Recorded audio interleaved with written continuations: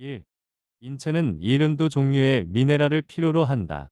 몸을 만들고 생명을 영위하려면 우리는 음식물을 통해 단백질, 지방, 탄수화물, 비타민, 미네랄의 5대 영양소를 섭취해야 한다.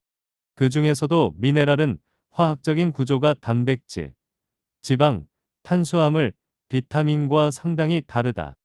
미네랄은 단수의 원소로 이루어진 반면 단백질, 지방, 탄수화물, 비타민은 복수의 원소로 이루어져 있는 것이다.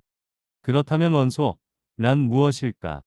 우주의 구성요소인 산소, 탄소, 질소, 수소, 인, 칼슘, 마그네슘, 나트륨, 칼륨, 철, 아연 등 지구상에 존재하는 모든 것을 화학적으로 분해했을 때 더 시상잡게 할 수 없는 최소 단위 물질을 원소라고 한다. 이러한 원소는 현재까지 100종류가 넘는 것으로 알려져 있다. 특히 산소, 탄소, 질소, 수소의 4종류를 주요 원소로 되어 있다.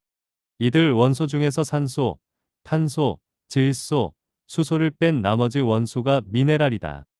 인체는 전체의 96%가 주요 원소, 이고 나머지 4%가 미네랄로 구성되어 있다. 미네랄은 단지 4%일 뿐이지만 그 종류가 매우 많다는 특징이 있다. 미국의 물리학자이자 생화학자인 라이너스 폴링, 라이니스 씨, 폴링 박사는 인체는 72종류의 미네랄을 필요로 한다라고 지적하고 있다. 2. 미네랄에는 필수 미네랄도 유해 미네랄이 있다. 미네랄에는 우리 몸이 필요로 하는 필수 미네랄과 조금이라도 과잉되면 해가 되는 유해 미네랄이 있다.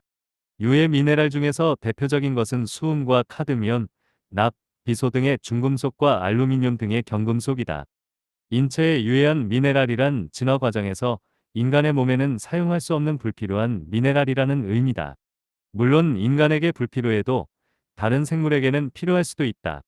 인체에 필수 미네랄이 충분할 때는 불필요한 미네랄이 체내로 들어와도 결합할 상대가 없어 그대로 체외로 배출된다. 하지만 필수 미네랄이 부족한 상태에서 유해 미네랄이 과잉으로 들어오면 결합 상대를 찾으려 체내의 여기저기를 돌아다니게 된다.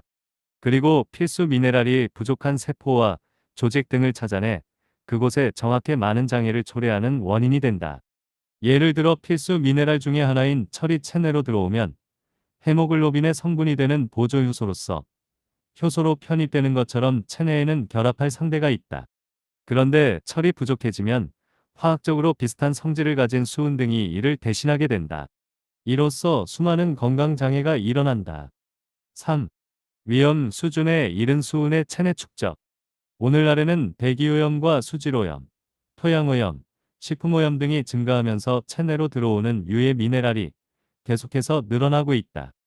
그 실정을 보고하는 연구 결과가 세계적으로 쏟아져 나오고 있는데 그 중에서는 2003년 6월 1호의 후생노동성이 발표한 어패류 조사 결과는 주목할 만하다. 이 연구는 황새치와 금눈돔 등 수은을 함유한 어패류의 실패를 명확하게 밝히고 있다. 그림 1. 이른 참치류에 함유된 메틸수은의 평균치를 나타내고 있으며 같은 참치류일지라도 종류에 따라 차이가 있음을 알 수 있다. 특히 임산부, 가임기 여성 포함는 폐하에 대한 영향을 고려해 다음과 같이 어패류의 섭취를 제한할 필요가 있다. 상어, 근육는 1회 60에서 80g으로 주 1회. 황새채와 금눈돔은 1회 60에서 80g으로 주 2회. 특히 임산부는 농축된 수은이 직접 태아에게 영향을 미칠 위험성이 높다. 일반적으로 어패류는 아무리 많이 먹어도 인체에 해가 되지 않는다고 생각하지만 도시 근해의 어패류는 수은이 체내에 축적될 가능성이 있기 때문에 결코 낙각할 수 없다. 실제로 생선을 많이 먹을수록 수은의 축적량은 높아진다. 그림 1일에서 2일본의 지역별 남녀 수은치를 비교한 그래프인데 전체적으로 여성보다 남성의 수치가 높은 것과 지역의 띠라 차이가 나는 것이 눈에 띈다. 특히 같은 생선이라도 대형 생선일수록 수은 농도가 높다. 그 이유는 플랑크톤, 작은 생선, 중간 생선, 큰 생선이라는 먹이사슬이 반복될 때마다 점점 수은이 농축되기 때문이다. 그 밖에 수은 오염의 원인이 되는 것으로 치아에 씌우는 데 사용되는 수은 아말감, 수은과 주석에 합금이 있다. 입안에서 수은이 증발해 그것이 체내에 축적되면 독성이 강해 활발한 수은으로 변할 우려가 있다. 또한 예방접종에 사용하는 백신에는 방부제로 유기수은 등이 함유되어 있어 오염이 우려된다. 4.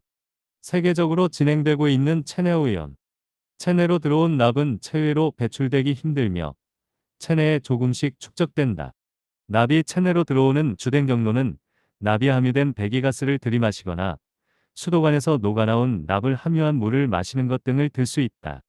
세계사적으로 볼 때 납제 수도관에 의한 공해의 역사는 의외로 깊다. 사회학자 S. 딜피라는 논문에서 로마 제국의 멸망을 재촉한 것은 상하 수도관과 포도주 항아리에 사용된 납에 의해 귀족들의 정신장애와 불임이 만연했기 때문이라고 언급하고 있다. 하지만 오늘날에는 지구 전체에서 납 오염이 진행되고 있다. 북극권의 빙하층을 조사한 결과 대기 속의 납 농도는 과거 300년 사이에 약 200배 정도 높아졌고 바닷속의 납 농도는 선사시대보다 약 10배나 높아졌다고 한다. 또한 남극의 섬에 있는 호수 바닥의 흙을 측정한 결과 납 농도가 과거 200년간 급속히 상승해 왔음이 밝혀졌다. 그 섬에서 살고 있는 펭귄의 배설물 검사에서도 14.43 플러스 언더바 2.63 ppm이던 납 농도가 20.72 플러스 언더바 5.40 ppm으로 대폭 상승했음이 드러났다. 펭귄은 크릴, 과 플랑크톤 등의 먹이를 통해 납을 섭취하게 된 것으로 보인다. 실제로 최근의 측정 결과 크릴의 상당량의 납이 농축되어 있음이 밝혀졌다. 또한 고래의 체내에는 소고기와 닭고기 못지않은 고농도의 카드뮴과 납이 축적되어 있다는 보고도 있다.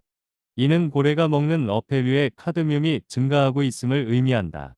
이를 증명하듯 어패류를 즐겨 먹는 사람들의 신장은 카드뮴 농도가 꽤 높다.